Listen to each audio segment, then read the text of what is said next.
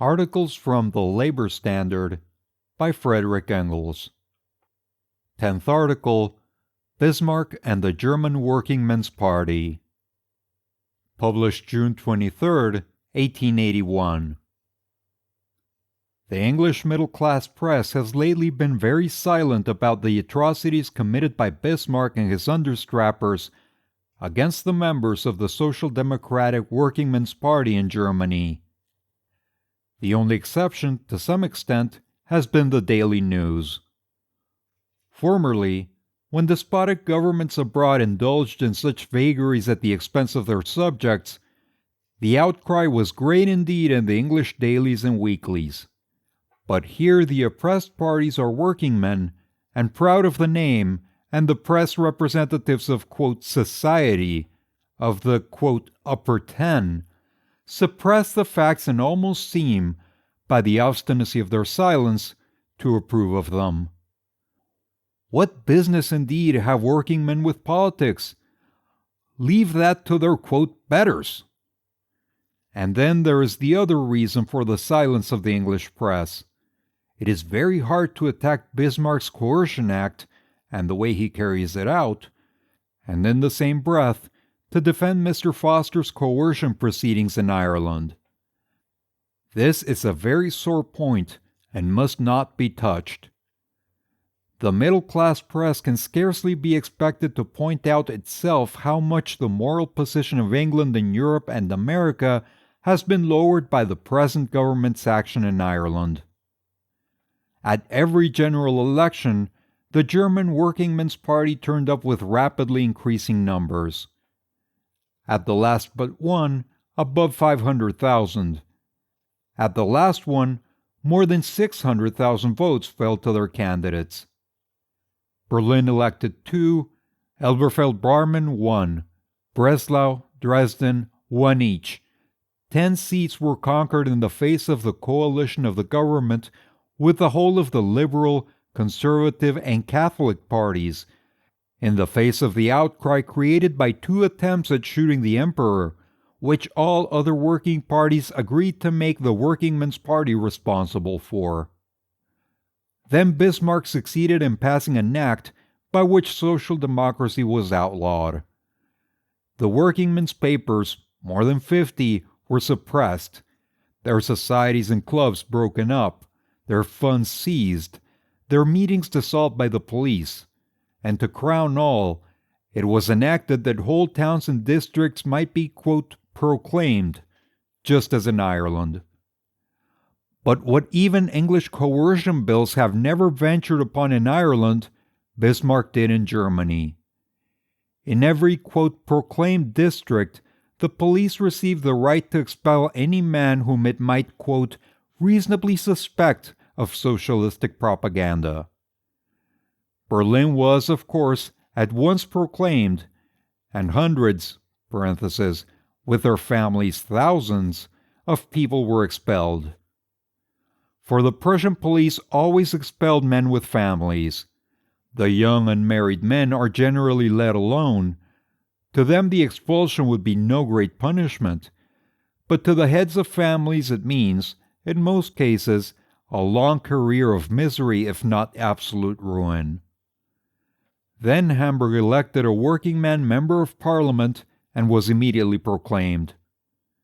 The first batch of men expelled from Hamburg was about 100, with families amounting besides to more than 300. The Workingmen's Party, within 2 days, found the means to provide for their traveling expenses and other immediate wants. Now Leipzig has also been proclaimed, and without any other pretext but that otherwise the government cannot break up the organization of the party. The expulsions of the very first day number 33, mostly married men with families. 3 members of the German parliament head the list. Perhaps Mr. Dillon will send them a letter of congratulation, considering that they are not yet quite so badly off as himself. But this is not all. The Workingmen's Party, once being outlawed in due form, and deprived of all those political rights which other Germans are supposed to enjoy, the police can do with the individual members of that party just as they like. Under the pretext of searching for forbidden publications, their wives and daughters are subjected to the most indecent and brutal treatment.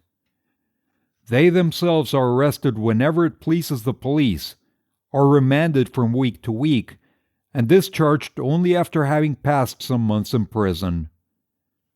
New offenses, unknown to the criminal code, are invented by the police, and that code stretched beyond all possibility. And often enough the police finds magistrates and judges corrupt or fanatical enough to aid and abet them. Promotion is at this price. What this all comes to, the following astounding figures will show.